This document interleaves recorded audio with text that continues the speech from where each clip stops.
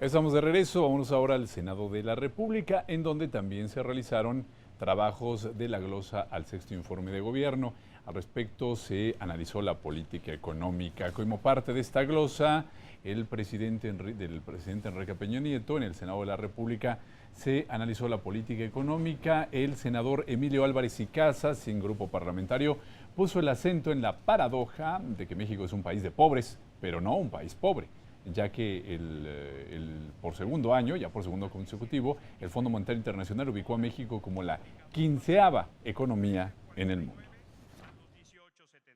En realidad lo que sucede es el modelo económico. México tiene un crecimiento económico con desigualdad.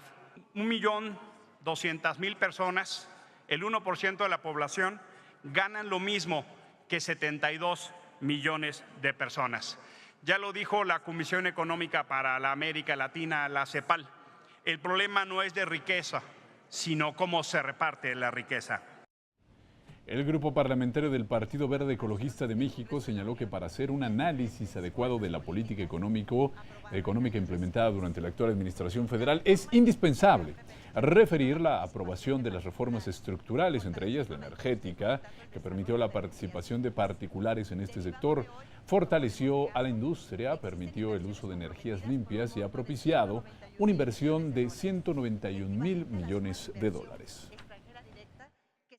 Por otra parte, la reforma hacendaria del Estado mexicano redujo la dependencia que tenía nuestro país en los ingresos petroleros, pasando a un 39.4, de un 39.4 a un 16.7 de los ingresos totales públicos.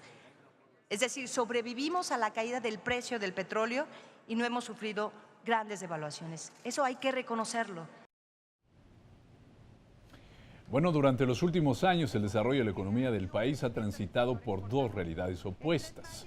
Una en la que se reconoce un crecimiento del sector exportador y otra en la que existen 53 millones de mexicanos que siguen viviendo en condiciones de pobreza y extrema pobreza, por lo que no se puede hablar de crecimiento económico. Así lo planteó la senadora Sacil de León Vilart. Es de vital importancia generar las condiciones adecuadas para que México se ponga a la altura de los desafíos económicos que vendrán en los próximos años. Debemos dejar atrás los problemas de inseguridad, de empleos mal pagados, la inflación, la mala distribución del ingreso, empezar a apostarle a la productividad. Para ello es indispensable generar fortalecimiento del mercado interno y a la vez atraer inversión extranjera. Al asegurar que el gobierno federal tuvo un amplio dispendio y no se abocó en las necesidades del país, la senadora Giovanna Bañuelos refirió que la pobreza es el embrión del desastre nacional.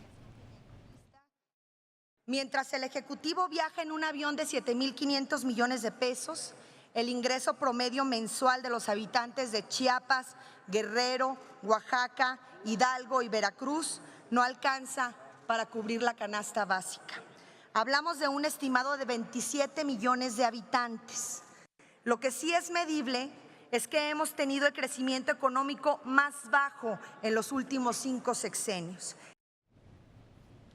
Para el diputado Juan Fósil Pérez, para el senador Juan Fósil Pérez, el balance económico del actual sexenio se resume en pobreza y deuda, ya que durante los pasados 5 años el incremento del Producto Interno Bruto fue de 2.4%, bajando en el último año a 2.1%, casi el promedio obtenido durante los últimos 18 años, lo que no ha sido suficiente para crecer al ritmo que demanda el país.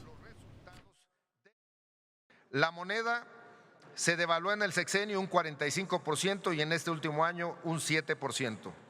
Los precios han crecido en el primer semestre el 4.65%, la inflación sigue creciendo. En cambio, el salario mínimo aumentó en el sexenio el 36.15%. Y al abordar el tema de los empleos creados durante la actual administración, el senador Samuel García reconoció que se incrementaron las opciones de trabajo como sostiene el gobierno federal, pero aclaró que son empleos menores en donde se pagan 2 salarios mínimos. Esos empleos, si tuviéramos el índice de prosperidad en el cual una familia mexicana de 4 personas, papá, mamá y 2 hijos, tuviéramos esos 11,000 pesos para librarla, pues ni el 80%. Un migrante en Estados Unidos en 2 o 3 días consigue más de $600 y aquí un empleo formal no nos alcanza ni para los 10,000 pesos.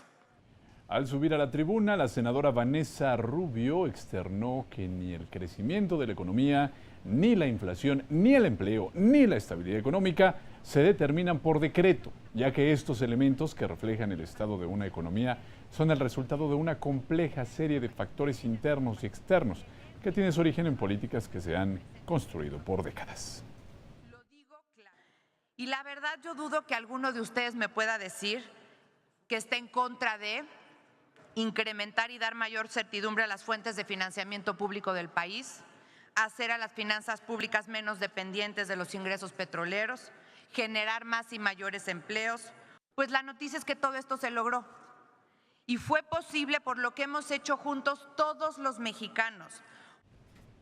Tras argumentar que para que la sociedad funcione se debe contar con una economía en crecimiento, estabilidad de precios y una clase próspera en expansión, el grupo parlamentario del PAN señaló que esto es imposible si el gobierno asfixia a los ciudadanos con altos impuestos, despilfarra su gasto y aumenta el endeudamiento.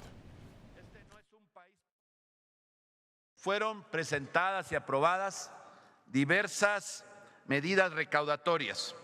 Entre las principales, se propuso aumentar del 11 al 16% la tasa del impuesto al valor agregado en la frontera, afectando, por supuesto, de una manera importante a toda la franja norte de nuestro país.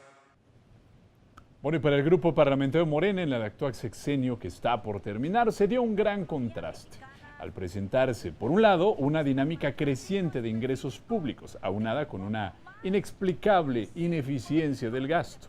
Además, se señaló, mientras los ingresos fiscales incrementaron en un 80%, la deuda pública se duplicó al pasar de 5 a 10.3 billones de pesos. Además, que no se aprovecharon los ingresos que se obtuvieron por remesas e inversión extranjera directa. Por los cuales ingresaron a México 192,000 millones de dólares y por remesas 120,000 millones de dólares. Todos estos recursos debieron haber detonado el crecimiento económico y disminuido la pobreza. Bueno, en la sesión del Senado de la República, también ya en el aparato de comunicación,